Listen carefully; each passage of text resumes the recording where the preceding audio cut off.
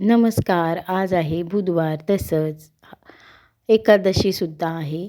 हळदीचं लेपर रांगोळी माझी झाली आणि सकाळी सकाळी दिंडी चालली होती बाळूमामाला. आमच्या इथून बाळूमामा जवळच आहे.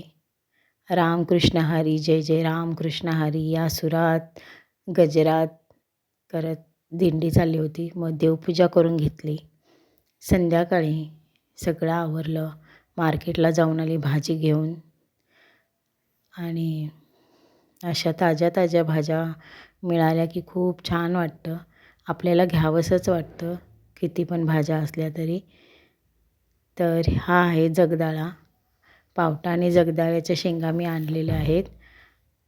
तर जगदाळा आपल्या मुंबईला नाही भेटत, पावटा भेटतो.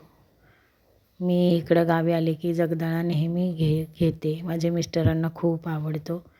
आणि संध्याकाळचं जेवण बनवलं. असा माझा मजेत दिवस गेला. बाय.